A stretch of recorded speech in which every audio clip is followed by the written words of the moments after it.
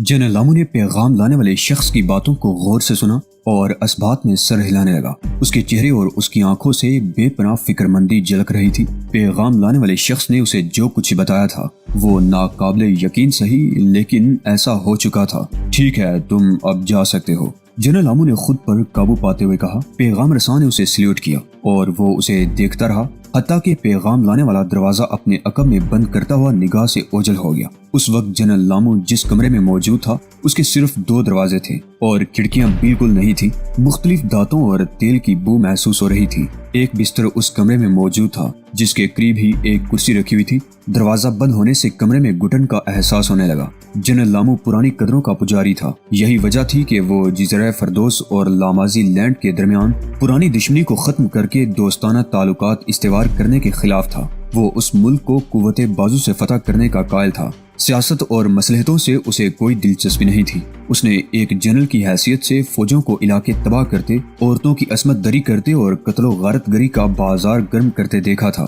اس نے انہی فوجوں کو نئے شہر تعمیر کرتے اور پل بناتے بھی دیکھا تھا۔ جو کچھ اب اس کے سامنے آ رہا تھا یہ اس نے نہ تو کبھی دیکھا اور نہ ہی کبھی سوچا ہوگا۔ اس کی نگاہ کاغذ کے اس ٹکڑے پر جم گئی جو اس نے ہاتھ میں پکڑا ہوا تھا۔ وہ جب سے روپوش ہوا تھا اب تک ایسے کئی کاغذی پرزے اس کے ہاتھوں تک پہنچ چکے تھے۔ سب سے پہلے اس نے چند غنڈوں کی خدمات حاصل کی۔ وہ نہ صرف ناکام رہے بلکہ سب کے سب مارے بھی گئے۔ پھر برونی سے رابطہ قائم کیا گیا۔ وہ ایک ایسا قاتل تھا جس کا نشانہ کبھی خطا نہیں ہوا تھا۔ اسے بھی ناکامی ہوئی اور وہ اپنے ساتھ ماریو کو بھی لے ڈوبا۔ تیسری کوشش کے طور پر انہوں نے اسے ایک قانونی جال میں پھانسنا چاہا لیکن وہ وہاں سے بھی نکل گیا۔ جب ریوالور اور عام قاتل شکست کھا گئے تو کراٹے کے بلیک بیلٹ آدمیوں سے کام لینے کا پروگرام بنایا گیا۔ اس وقت جنرل لامو کے ہاتھ میں جو کاغذ تھا اس پر آخری پروگرام کی ناکامی کی تفصیل تھی اور اسے پڑھنے کے بعد وہ بے حد پریشان ہو گیا تھا۔ جنرل لامو نہیں چاہتا تھا کہ جزیرہ فردوس اور لامازی لینڈ کے مابین دوستانہ تعلقات پیدا ہوں۔ یہی وجہ تھی کہ جیسے ہی لامازی لینڈ کے صدر مملکت نے اپنے دورے سے قبل حالات کا جائزہ لینے کے لیے اپنے سفیر کو بھیجا تو جنرل لامو نے نہایت ہوشیاری سے اسے ہوائی جہاز ہی میں قتل کروا دیا تھا۔ پھر وہ خود اس مشن پر نکلا اور یہاں آتے ہی اس نے اپنے 2 خاص آدمیوں کو ہلاک کر کے پوشی اختیار کر لی۔ وہ جانتا تھا کہ صدر مملکت اس کی بازیابی کے لیے طوفان کھڑا کر دے گا اور پھر یہی ہوا۔ جزیرہ فردوس کی حکومت کو 7 یوم کی مہلت دی گئی۔ جنرل لامو نے مزید ہوشیاری سے کام لیتے ہوئے اپنی حسین و جمیل بیوی کو بھی اس تلاش کی مہم میں شریک ہونے کا بندوبست کر دیا تھا۔ مسز لامو ان دونوں کے ساتھ تھی جنہیں اس کی تلاش پر مامور کیا گیا تھا اور اب جنرل لامو کے پاس مسز لامو ہی آخری کارڈ کی حیثیت رکھتی تھی۔ وہ اسے استعمال کر کے ان دونوں کو ٹھکانے لگانے کا پروگرام ترتیب دینا چاہتا تھا جو اس کے بالکل سر پر پہنچ چکے تھے اور جنہیں اب تک کوئی بھی آگے بڑھنے سے نہیں روک سکا تھا۔ وہ چارپائی پر بیٹھ گیا۔ اس کے انداز سے جو بے چینی ظاہر ہو رہی تھی وہ ختم ہو گئی۔ کسی منصوبے پر غور کرتے وقت وہ اپنے ذہن کو ہر قسم کے خیالات سے خالی کر لینے کا عادی تھا۔ یکسوئی سے نئے اور آخری منصوبے پر غور کرتے ہوئے اس نے بالآخر اسبات میں سر ہلا دیا۔ مسز لامو ان دونوں کے لیے ایک حسین ناگن ثابت ہوگی، اس نے سوچا اور بلند آواز میں کسی کو پکارنے لگا۔ فوراً ہی دروازہ کھلا اور ایک مسلح شخص اندر آ کر مؤدب کھڑا ہو گیا۔ اس نے ایڑیاں بجانے کے بعد سوالیہ انداز میں جنرل کی طرف دیکھنا شروع کر دیا۔ میں تمام لیڈروں سے فوری طور پر ملنا چاہتا ہوں۔ بہت بہتر جنرل۔ مسلح شخص نے دوبارہ ایڑیاں بجائیں اور تیز تیز چلتا ہوا کمرے سے نکل گیا۔ جنرل لامو چارپائی پر بیٹھا سوچتا رہا۔ وقت بے حد کم رہ گیا تھا۔ اگر وہ لوگ اسے تلاش کرنے میں کامیاب ہو گئے تو نہ صرف اس کا مشن فیل ہو سکتا تھا بلکہ خود اس کی زندگی بھی داؤ پر لگ سکتی تھی۔ تھوڑی دیر بعد راہداری میں ان گنت قدموں کی آوازیں گونجنے لگی اور دروازہ کھلتے ہی اس کے لیڈروں نے اندر آنا شروع کر دیا۔ وہ سب کے سب تھکے تھکے اور نڈال نظر آ رہے تھے۔ کمرے میں اتنے آدمیوں کی موجودگی سے گھٹن کا احساس مزید بڑھ گیا۔ چند ایک نے تو ماہی آپ کی طرح منہ بھی کھول لیے تھے۔ دوستو، جنرل لامو نے اپنے ساتھیوں کا جائزہ لیتے ہوئے کہا، ہم نے اب تک جو کچھ کیا ہے اس کی روشنی میں ہمیں کسی ایسی کہانی پر یقین نہیں کرنا چاہیے جو ہمیں سننے کو مل رہی ہے۔ ہماری فوجوں نے جو کارنامے سر انجام دیے ہیں کیا وہ ہمیں یہ اطمینان دلانے کے لیے کافی نہیں کہ لامازی قوم فردوسیوں سے اعلیٰ و افضل ہے؟ یہ درست ہے، یہ درست ہے، سب نے بیک زبان ہو کر کہا۔ تو پھر ہم کسی بوڑھے ماسٹر کے خوف میں کیوں مبتلا ہیں؟ ہم نے اذیت، موت اور دہشت کو کبھی اہمیت نہیں دی جنرل، ایک نومر لیڈر نے پرجوش لہجے میں کہا۔ باقی سب نے بھی اس کی ہم نوائی میں کچھ نہ کچھ کہا، لیکن ایک بوڑھے لیڈر نے جو کچھ بتایا وہ سب کو چونکا دینے کے لیے کافی تھا۔ سب اس کی طرف متوجہ ہو گئے۔ بوڑھا لیڈر کہہ رہا تھا، وہ ماسٹر ہے جنرل، اور راتوں کو وہ اسی طرح انسانی شکار کر سکتا ہے جیسے شیر اور چیتے راتوں کو شکار کرتے ہیں۔ ٹھیک ہے، میں اس شخص سے خوف زدہ ہوں، جنرل لامو نے تیز لہجے میں کہا، لیکن اس لیے خوف زدہ ہوں کہ وہ ایک خطرناک آدمی ہے۔ میں اس لیے خوف زدہ نہیں ہوں کہ اوشان کے بارے میں ناقابل یقین کہانیاں مشہور ہیں۔ ایک ادھیڑ عمر کا لیڈر جس کے چہرے پر آہنی سختی چھائی ہوئی تھی اپنی جگہ سے اٹھا اور جنرل لامو کے قریب کھڑا ہو کر باقی ساتھیوں کی طرف متوجہ ہوا۔ میں اس گاؤں میں گیا تھا جہاں اوشان رہتا تھا۔ میں نے وہاں کے لوگوں سے اس کے بارے میں باتیں کی۔ سب کے سب اس کی عزت کرتے ہیں اور اس کے بارے میں ناقابل یقین کہانیاں سناتے ہیں، لیکن وہ سب جاہل اور سادہ لو آدمی ہیں۔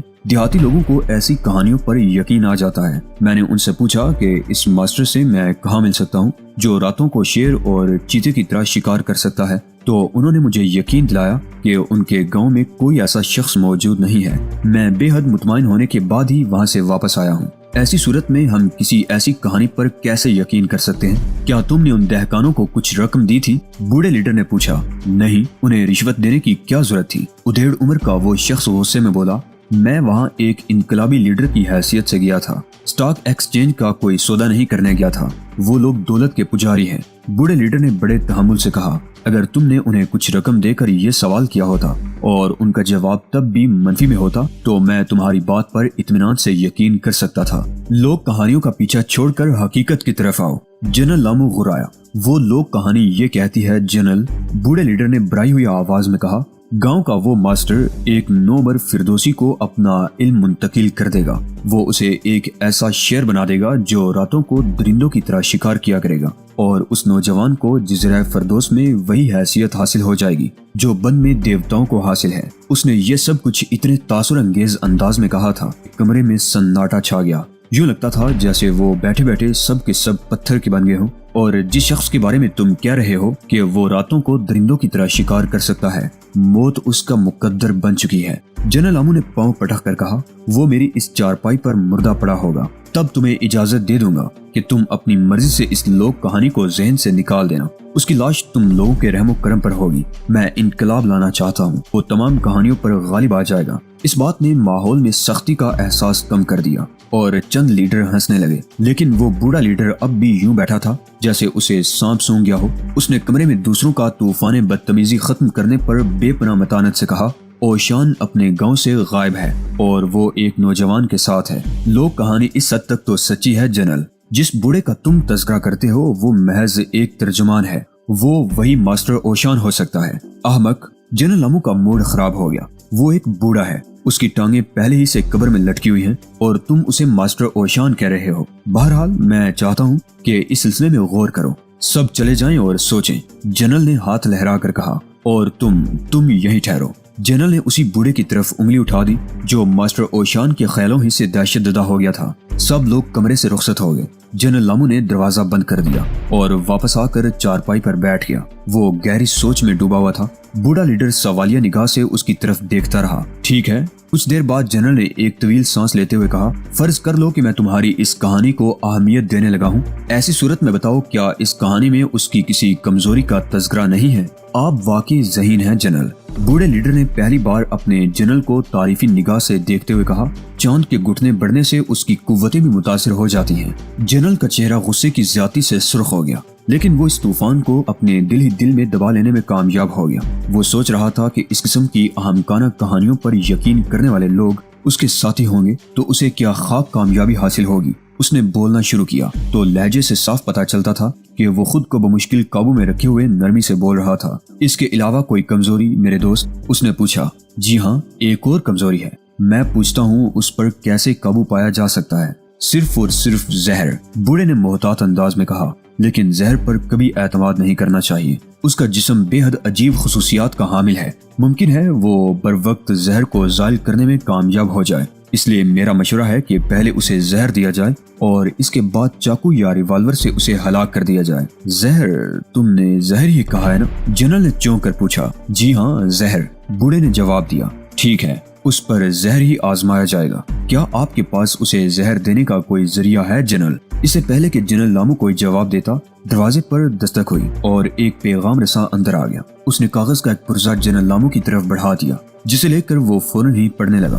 ہاں میرے پاس ایک ذریعہ ہے، جنرل نے کاغذ سے نگاہ ہٹاتے ہوئے اپنے بوڑھے ساتھی سے کہا، ایک بے حد نرم و نازک اور حسین ذریعہ۔ شہزاد نے ایسی ڈش پہلے کبھی نہیں کھائی تھی۔ یہ گوشت اور بھورے رنگ کے گاڑے شوربے کی ڈش تھی جس کے لیے مسز لامو نے جو نام لیا تھا وہ ذائقے کی طرف زیادہ متوجہ ہونے کی وجہ سے شہزاد کو یاد ہی نہیں رہا تھا۔ شہزاد بھورے رنگ کے اس گاڑے شوربے سے کانٹے کی مدد سے گوشت کے پارچے اٹھا کر منہ میں رکھتا جا رہا تھا اور جلدی جلدی چباتے ہوئے انہیں نگل رہا تھا۔ بے حد لذیذ، شاندار، وہ ساتھ ہی ساتھ تعریف بھی کرتا جا رہا تھا۔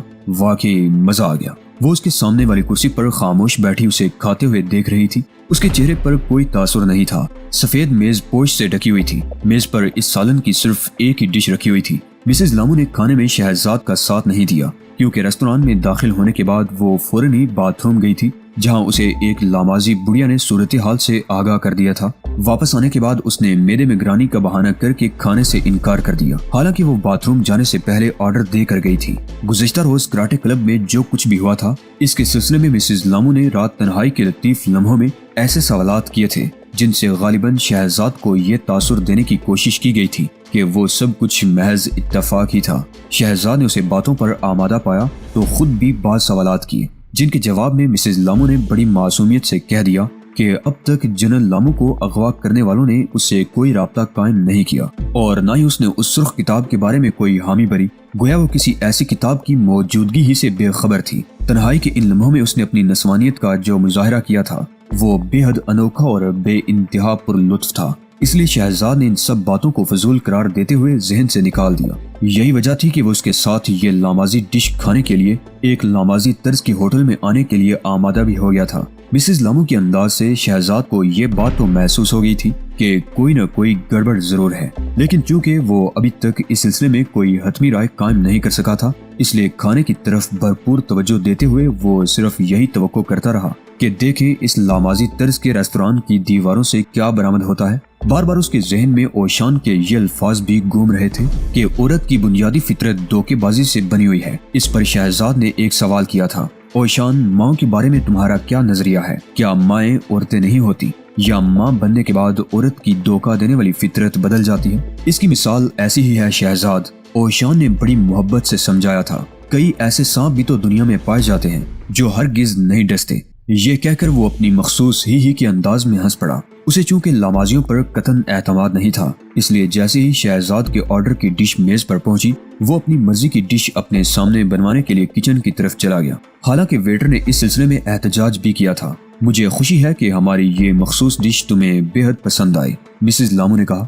شہزاد نے اسی لمحے گوشت کا آخری پارچہ پلیٹ سے اٹھا کر منہ میں رکھا تھا اور اسے چباتے ہوئے مسز لامو کی طرف متوجہ ہو گیا تھا۔ شہزاد کو گرمی کا احساس ہونے لگا۔ اسے یوں لگا جیسے اس کا دوران خون اچانک ہی تیز ہو گیا ہو۔ اس کے اعصاب میں ڈھیلا پن پیدا ہونے لگا۔ مسز لامو کا حسین جسم اسے اپنی طرف بار بار کشش کرتا محسوس ہوتا رہا۔ یوں لگ رہا تھا جیسے اس کی ذہنی اور جسمانی حالت میں یکا یک زبردست تبدیلیاں پیدا ہونا شروع ہو گئی ہوں۔ وہ جس چرمی کرسی پر بیٹھا تھا وہ ہوادار تکیے جیسی محسوس ہونے لگی۔ گہری سبز دیواریں جن پر شاندار پینٹنگز آویزاں تھی وہ رقص کرتی ہوئی روشنیوں میں تبدیل ہونے لگی، اور یہ سب کچھ اس لیے ہو رہا تھا کہ ایک مافوق الفطرت انسان کو زہر دے دیا گیا تھا، خطرناک اور مہلک زہر۔ رفتہ رفتہ شہزاد کو یوں محسوس ہوا جیسے تاریکی چھانے لگی ہو۔ اس نے مسز لامو کی طرف ہاتھ بڑھا کر اس کا ہاتھ تھامنے کی کوشش کی۔ بازو کو حرکت دیتے وقت اسے یوں لگا جیسے یہ کام اس نے بڑی مشقت سے کیا ہو۔ اس نے یہ کہنے کی کوشش کی کہ آؤ اب چلیں، لیکن ہونٹ حرکت کر کے رہ گئے اور آواز نہ نکلی، یا پھر خود اسے اپنی ہی آواز سنائی نہیں دی تھی۔